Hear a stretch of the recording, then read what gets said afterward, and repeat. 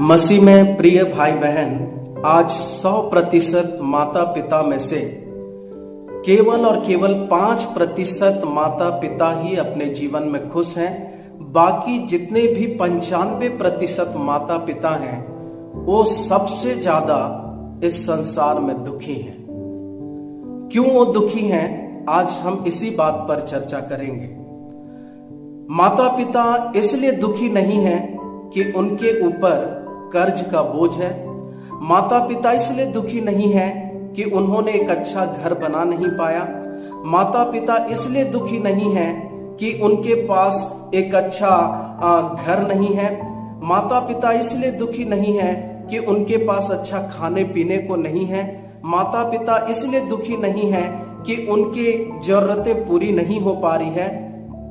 जो 95% माता पिता हैं वो इसलिए दुखी हैं कि उनके पास बेटा और बेटी हैं, फिर भी वो अपने जीवन में दुखों से भरा हुआ जीवन को जी रहे हैं। क्योंकि इन दिनों में मेरे पास बहुत सारे ऐसे फोन कॉल्स आते हैं जिसमें माता पिता किसी और बात को लेकर के प्रार्थना नहीं कराते, बल्कि एक ही विषय को ज्यादातर मैं सुनता हूं, और वो है कि ब्रदर आप हमारे बेटे के लिए प्रार्थना कीजिए, ब्रदर आप हमारी बेटी के लिए प्रार्थना कीजिए, ब्रदर आप हमारे बच्चे के लिए प्रार्थना कीजिए।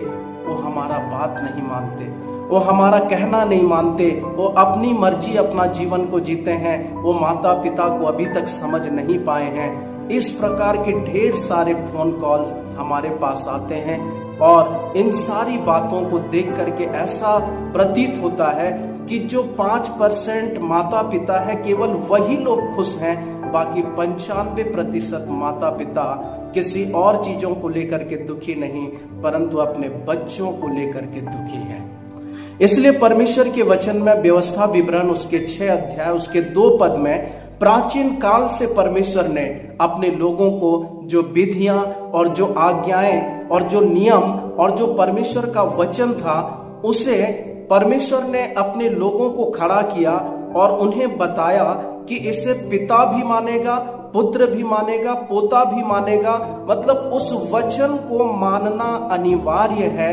इसलिए और परमेश्वर का वचन ये भी कहता है कि हमें उसे मानना ही नहीं है, बल्कि उसे जीवन भर मानते रहना है। इसलिए परमेश्वर के वचन में लिखा है, और आज मैं उन माता पिताओं को विशेष तौर से इस वचन को देना चाहता हूं जो अपने बच्चों से परेशान हैं और बच्चों के कारण वो चिंताओं में हैं, दुख में हैं, रो रहे हैं। आज इस वचन को जरूर आप उन बच्चों के जीवन में लागू करें, और जब आप इस वचन को उनके जीवन में क्लेम करेंगे, आप विश्वास कीजिए कुछ ही दिनों के बाद आप फोन करेंगे और कहेंगे कि ब्रदर, जो वचन हमने सुना, सचमुच में इस वचन को जब हमने अप्लाई किया, हमारे बच्चों के जीवन में हमने बड़ा परिवर्तन को पाया।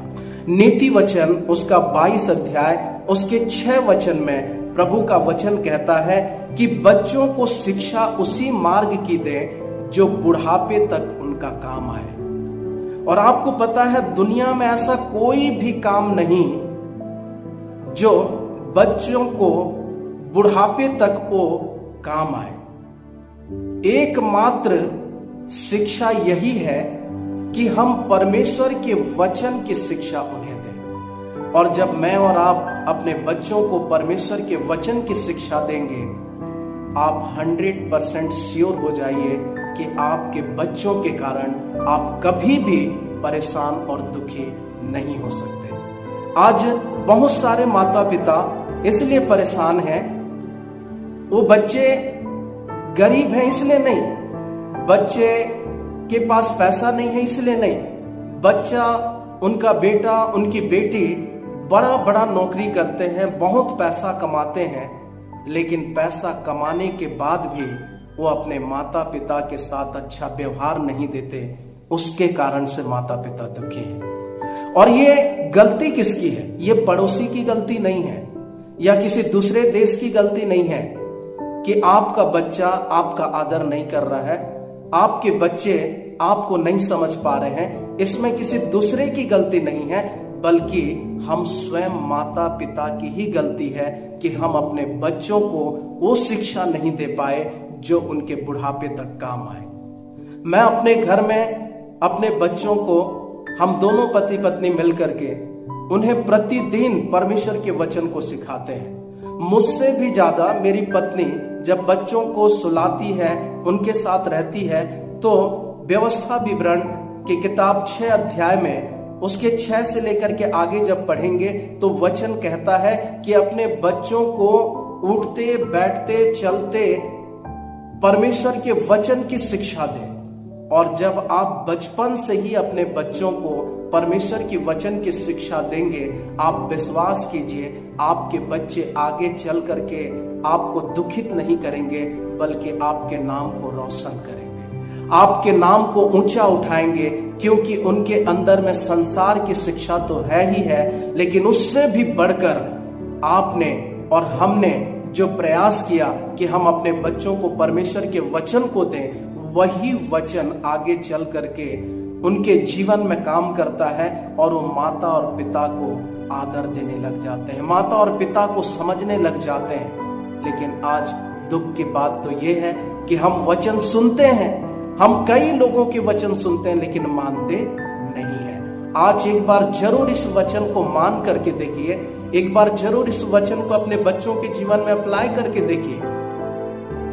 इसका मतलब ये नहीं कि आपने ये वचन पढ़ करके उनको सुना दिया और आपका ड्यूटी खत्म हो गया। ऐसा नहीं हो सकता, क्योंकि बच्चा पड़ोसी को देख करके नहीं सीखता, बच्चा किसी दूसरे को देख करके नहीं सीखता, बल्कि बच्चा अगर किसी को देख करके सीखता है तो सबसे पहली बात वो अपने माता और पिता को ही देख करके सीखता है।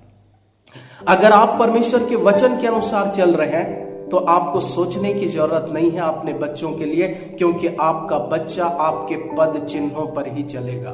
प्रभु यीशु मसीह अपने वचन में कहते हैं, जो मैं पिता को देखता हूं करते हुए उसी काम को मैं करता हूं। कई बार ऐसे भी बच्चे होंगे जो इतना मूर्खता का काम करेंगे, तो उस मूर्खता के काम करने वाले बच्चों के लिए हमको छड़ी चलाना पड़ेगा, हमको अनुशासन में लाना पड़ेगा, तब जाकर के बच्चे सुधरेंगे।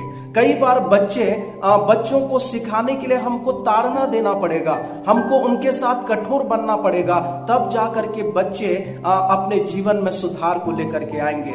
और मैं आपको एक सलाह और भी देना चाहता हूं कि जो नीति वचन की किताब है, नीति वचन की किताब को आप अपने बच्चों को जितना ज्यादा हो सके पढ़ने के लिए बोलिए, क्योंकि उसको पढ़ने वाला बच्चा बुद्धिमान होता है, उसको पढ़ने वाला बच्चा समझदार होता है। इसलिए नीति वचन की किताब को जितना ज्यादा हो सके आप पढ़ाइए, और इतना बुद्धि मिलेगा कि आप उसकी बुद्धिमता को देख करके तारीफ करेंगे कि परमेश्वर, मैं आपका धन्यवाद करता हूं कि आपने मुझे ऐसी बेटी दी है, मैं आपका धन्यवाद करता हूं कि आपने मुझे ऐसा बेटा दिया है। क्योंकि परमेश्वर के वचन को जितना ज्यादा हमारे बच्चे पढ़ेंगे, जितना ज्यादा संगति करेंगे, उतना ज्यादा वो प्रभु के भय में अपना जीवन को व्यतीत करेंगे।